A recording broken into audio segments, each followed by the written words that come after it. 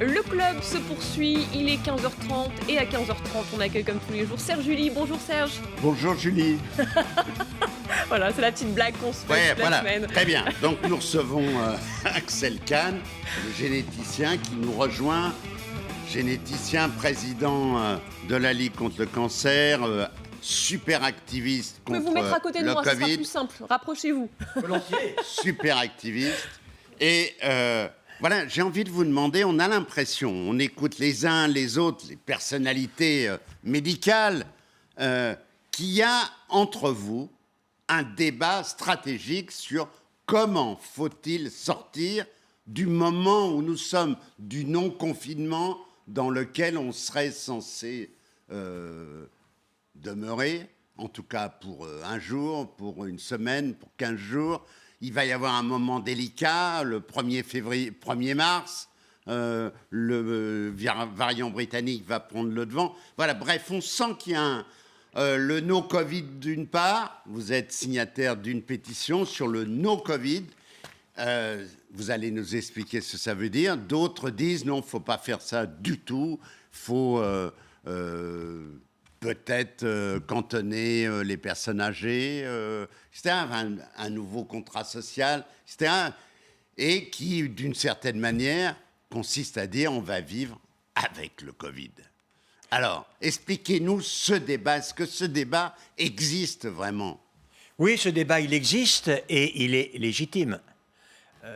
C'est une litote que de rappeler qu'il est malin, ce virus-là. Il nous donne du fil à retordre. C'est pas facile de s'en débarrasser. Et alors, comment faire ? Il y a eu depuis le début, depuis la Chine à vrai dire, deux types de stratégies. Il y a une stratégie qui a été privilégiée au départ par la Chine, mais ensuite par presque tous les pays d'Asie, à part l'Inde, par les pays également du Pacifique, par l'Australie, par la Nouvelle-Zélande. Oui, pas uniquement des régimes autoritaires. Ah non, pas uniquement des régimes autoritaires. Oui, il y a Taïwan, c'est important à préciser. Il y a la Corée du Sud, il y a... Oui. Voilà. Qui consiste à dire il faut tout faire pour bouter le virus hors du pays. Stratégie d'élimination. Absolument, c'est d'éradication. On essaye d'éradiquer le virus. On ne veut pas signer d'armistice avec lui. On veut le mettre à la porte. Et quand il sera à la porte, alors on pourra reconstruire. Oui, mais on a bien vu que depuis un an maintenant que ça dure, cette stratégie était difficile à adopter. Elle n'a pas été adoptée, elle a été... Alors, ce n'est pas parce qu'elle est difficile à adopter, elle n'a pas été adoptée, mais on va y revenir. Mais simplement, parce qu'il faut regarder l'efficacité des solutions qui ont été privilégiées. Cette stratégie, on boute l'ennemi hors du pays, elle a abouti effectivement à ce que les efforts initiaux soient difficiles, compliqués. On se rappelle naturellement le confinement à Wuhan. Mais aujourd'hui... Et après, formidable. Ah oui, tous ces pays aujourd'hui, leur économie est repartie. La Chine est dominatrice économiquement comme elle ne l'a jamais été. L'Australie, la Nouvelle-Zélande ont des économies qui sont vraiment reparties. On va à l'école, on va à l'université. Mais ça, on peut le transposer en France ? Comment ? On peut le transposer vraiment en France ? Je crois que oui. Alors, on va y revenir. Et puis, l'autre attitude, c'est... Bon, ça, c'est vachement difficile. On n'y arrive pas. On a essayé quand même, mais c'est très difficile. On ne sait pas Alors, tracer, on va isoler, essayer de vivre avec le virus. Globalement, ça n'a marché nulle part. Vivre avec le virus sont les États-Unis d'Amérique, c'est le Brésil, c'est avec d'ailleurs des stratégies qui sont très oscillantes. On reviendra à la France. Toute l'Europe vit comme ça. Voilà, c'est le cas de la France, mais elle est en train de changer. Elle est en train de changer. Je veux dire qu'aujourd'hui, clairement, l'Allemagne, le Danemark, peut-être on verra la Grande-Bretagne... Oui, le Danemark. sont en train de s'orienter vers une stratégie zéro Covid. On éradique le Covid. Et même la France, si vous voulez bien, Serge, vous êtes un analyste extrêmement fin, je vous connais depuis si longtemps. Même la France, rappelez-vous, le président de la République française, Emmanuel Macron, nous a dit en octobre, lorsqu'il a annoncé le confinement de novembre, il dit voilà, on confine jusqu'à ce qu'il y ait moins de 5000 personnes contaminées par jour. Ce n'est pas le cas, on est à plus de 20 000. Hein. Et on déconfine à ce moment-là, et on tient, grâce à la triade magique, le tester, tracer, isoler, protéger. Voilà. Je suis favorable à cette stratégie du président de la République, version octobre-novembre. Oui, mais c'est une version qui n'est pas appliquée. Sauf que ça va marcher. Ouais. Il ne l'a pas, Elle n'est pas appliquée. il ne l'a pas Elle appliquée. est dans les livres, elle est théorique. Alors, qu'est-ce qu'il a fait? Qu'est-ce qui s'est passé? Ce qui s'est passé, c'est que, et là je ne lui reproche pas, il a fallu qu'on déconfine. On n'a pas confiné assez tôt, à vrai dire, pour arriver au but qu'on s'était fixé. C'était déjà en débat. Voilà, et il a fallu vraiment que l'on déconfine parce que autrement les activités de Noël, festives, familiales, religieuses, économiques s'effondraient. Et la psychologie. Voilà, et ça c'était totalement impossible. Et je m'attendais vraiment. Les Français sont bien tenus, on va dire, pendant les fêtes. Ils n'ont pas fait de folie. Donc, après les fêtes, on était à 17 000, 18 000 contaminations par jour. Je m'attendais à ce qu'on achève le boulot. Et tout le monde s'attendait à ce qu'on achève le boulot. C'est-à-dire, on refait un petit effort, on redonne un coup, en quelque sorte. Vous pensiez qu'on allait reconfiner, c'est ça? Oui, absolument. Ouais. Donc vous avez été surpris comme tout le monde, en fait. Je pensais qu'on allait reconfiner. Le président de la République avait annoncé... Lui-même a hésité. Ah oui, le président de la République avait annoncé l'objectif. Moi, je fais confiance dans le président de la République de mon Et le pays, Premier comme ministre, vous qui dites. était très engagé d'ailleurs, qui avait eu Voilà. l'audace de Et faire puis- une indiscrétion au JDD. Et puis, pour des raisons politiques que je n'en remets pas en cause, moi je suis, je vous l'ai dit souvent, hein, je suis un scientifique, un médecin, le président d'une très grosse association, et donc je ne me mêle pas de politique. Mais d'un point de vue purement stratégique, j'ai vu le président de la République changer de stratégie et cette fois-ci dire, écoutez, on va tenir mais avec le virus. On va vivre avec le virus. Alors, qu'est-ce que j'ai fait, moi? J'ai rappelé simplement que, certes, il n'y avait pas de réexplosion pour l'instant, mais le haut plateau de contamination auquel on se trouvait Reste très haut. était très mortifère. Ouais. Il y a 500 personnes Qui meurent par jour. Il meurt 12 500 personnes à peu près par semaine. On en est à 83 000 et quelques personnes mortes. 53 000 durant la deuxième vague, comparé à 30 000 durant la Les première bilans vague. sont terribles, mais le président, son argument, c'est de dire aussi, maintenant je prends en compte les arguments économiques, psychologiques. Il y a beaucoup de gens qui souffrent de dépression. C'est Il a ça qu'il a raison. voulu tenir en compte aussi. Il a raison, mais si vous étiez le président, voilà, vous êtes le président. Julie, Je dis- c'est une chance. Et voilà, Elle je le mets dans la mériterait. peau du président. Incontestablement, elle le mérite. Je vous dis, Madame la Présidente, vous avez raison, mais je crois que ce dont ont besoin les Français, c'est d'une perspective. Voir où est la sortie du tunnel. Une solution, la fin Voilà. de cette pandémie. Honnêtement, aujourd'hui, ce que l'on nous propose, c'est de traîner en longueur avec la perspective qu'on ne pourra pas faire autrement, sous la pression de l'événement, de reconfiner. Ça donne pas le moral. Je vais vous dire, Madame la Présidente, je ne suis pas sûr que vous ayez raison. Ça donne pas le moral. Axel, comment on fait? Admettons que vous ayez raison, que ce soit vous le président, vous décidez no Covid. Alors, On fait je suis quoi? le président de la République. Voilà. Ce qu'à Dieu ne plaise. hein, Oui, vraiment, mais- j'espère. Je suis déjà... mais je suis le président de la Ouais. République. Vous- Je décide, On fait aujourd'hui la situation est vraiment mauvaise, et donc je décide d'un confinement relativement strict de 6 semaines. C'est à peu près ce que j'évalue pour pouvoir descendre en dessous d'un taux d'incidence dessous des de 5 000. 50, voilà, de Voilà. 50 pour 100 000 habitants et 13 en dessous de 5 000 contaminations par jour. Aujourd'hui, on a tellement de tests, tellement d'équipes pour le traçage qu'on peut tenir.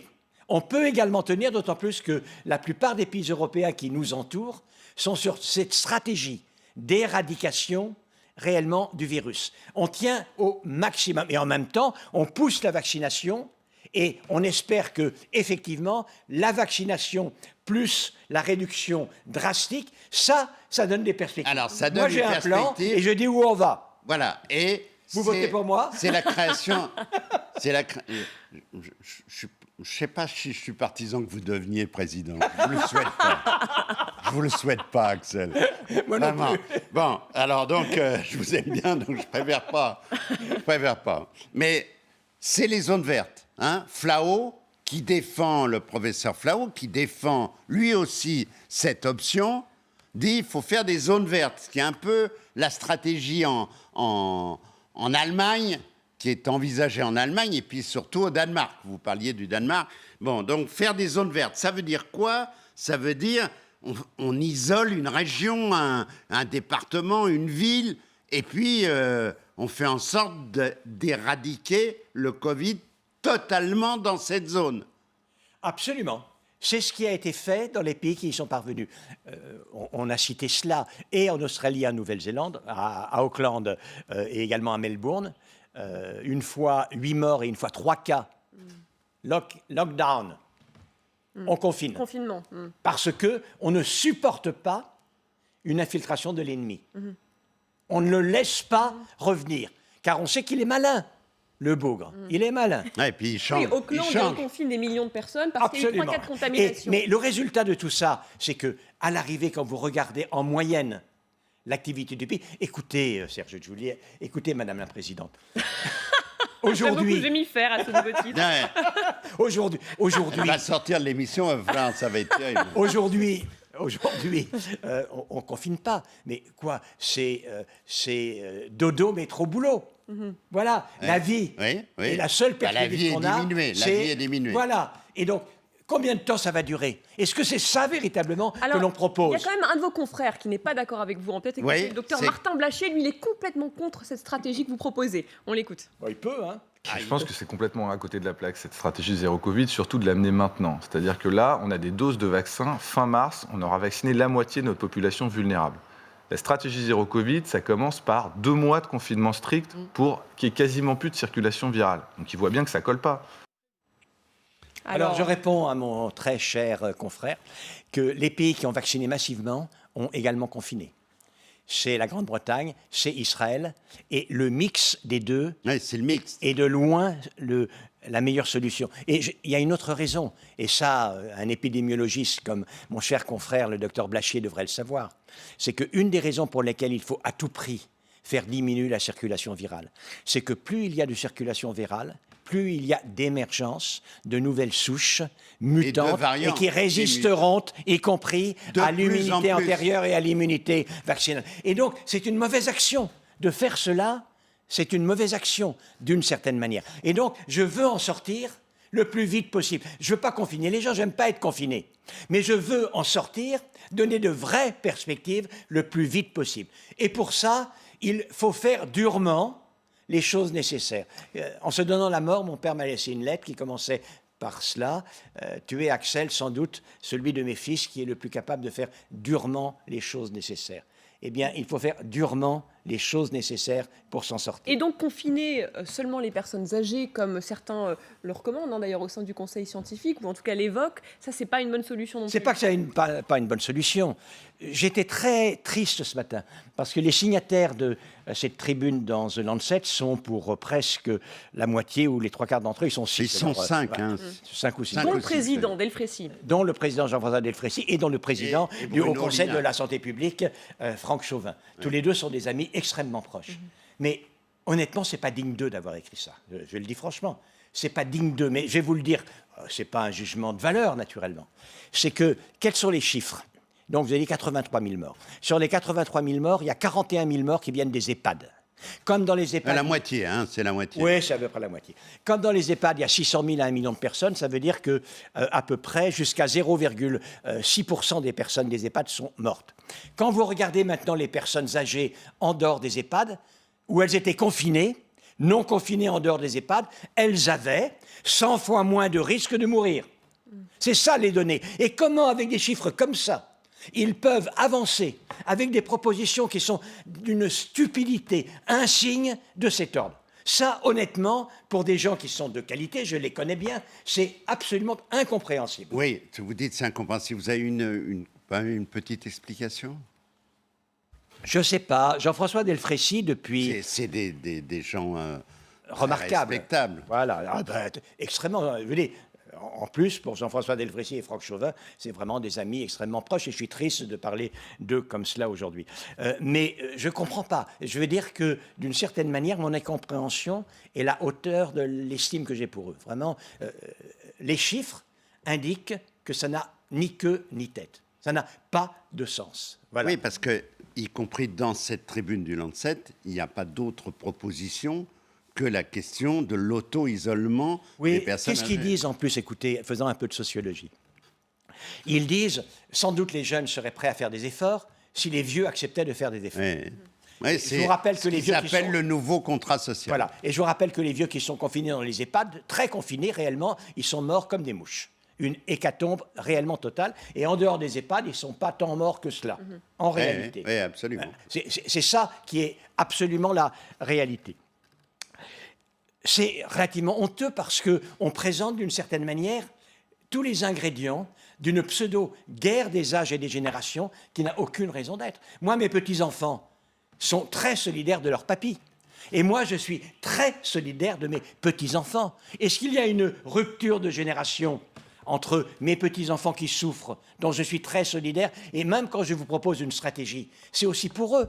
C'est qu'on en sorte, mon Dieu, qu'on finisse par en sortir. Et donc, cette tribune-là, elle est indigne de la qualité de ces collègues. Parce que je rappelle quand même un chiffre, 96% des décès liés au Covid sont à déplorer chez les plus de 70 ans. Oui. On est tous touchés tellement différemment. Cette proposition... C'est vrai, mais des EHPAD, évidemment. Vous refaites le compte, il y en a 41 000 dans le lot qui viennent des EHPAD. Donc 90% de 80 000, ça fait donc 64 000. De ces 64 000, vous enlevez 44 000 qui viennent des EHPAD sur 600 000 dans les EHPAD. C'est donc plus de 0,8% de mortalité. Les 30 000 qui restent sont en dehors des EHPAD, où ils sont 10 millions. Et donc, le risque de mourir en dehors des EHPAD, pour les autres vieux, il est faible, que voulez-vous que je dise. Et en plus, dans la réalité, ceux qui vont faire un apéritif vite fait, bien fait, avant le couvre-feu de 18h, c'est pas les vieux.